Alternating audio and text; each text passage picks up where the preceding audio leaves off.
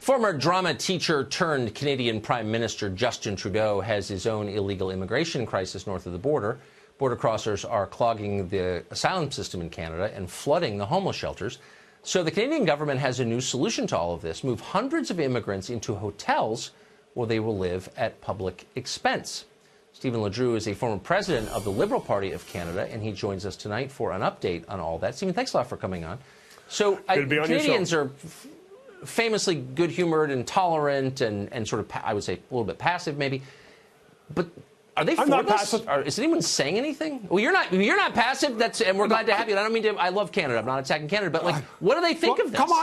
Come on up for a holiday. We'll give you a free hotel room.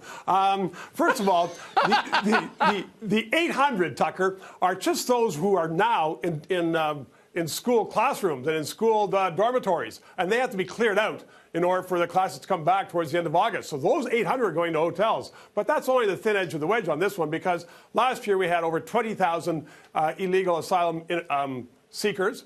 This year, by the end of May, I think we had over 5,000. So there's thousands and thousands. And the mayors, particularly John Tory, the mayor of the city of Toronto, are saying we can no longer accommodate anybody. So the 800 going into hotel rooms, I hope it's not the Four Seasons or the Ritz. But that is just a small number of them. So you ask about Canadians and how they're responding. Canadians are very generous.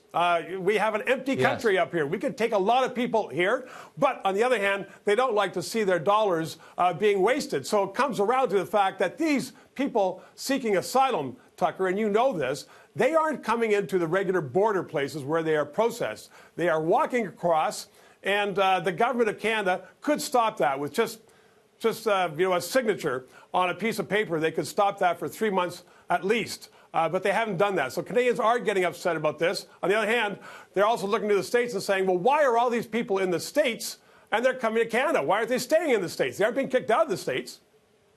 So that's a question for your president. It's because, maybe because Canada has more generous benefits and Canadians are even more guilty than Americans. It's a heck of a lot colder. And feel, yeah, it is. It's much colder. So your prime minister, who I don't think really gets the credit he deserves for being a buffoon, no offense, is basically telling Canadians they're not allowed to complain about this. You're a bad person if you're against this, I think is his position. Well, he's saying that on a lot of matters. I mean, he's been singing the same tune since he's been in office, talking about, gender equality and all kinds of stuff. He's had a lot of failures over the last year, and people are starting to, he's starting to wear thin. So I don't think the Tories, we're having a campaign, we're going to have an election, Tucker, in 14 months. They haven't started saying yet, build the wall and make President Trump pay, as he's saying with Mexico. But it could come down to something like that, because Trudeau is, in fact, saying not only on pipelines. I mean, we paid one of your Texas companies $4.5 billion, with a B, $billion. That may not be that much in the States. In Canada, it's a lot of money. We paid them a pipeline, that much for a pipeline out west, because we couldn't get them to agree with all the terms of it, and all kinds of other protesters. I mean, he is in trouble. I meant to thank you for that, by the way. Stephen, we're out of time, but I just want to thank you for injecting that much into the American economy. It's great to see you, Stephen Ledrew from Canada. Good chatting as always. See ya.